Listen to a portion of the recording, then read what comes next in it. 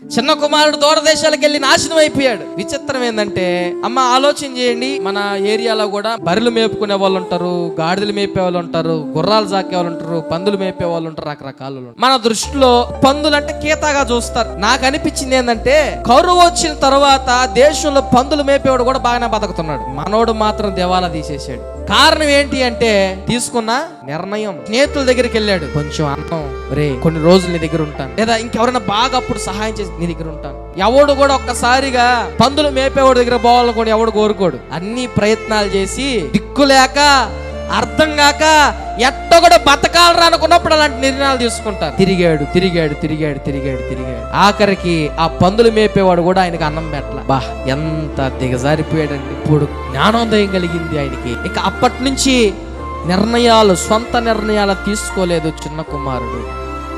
తండ్రికి విధేయుడిగా జీవించాడు.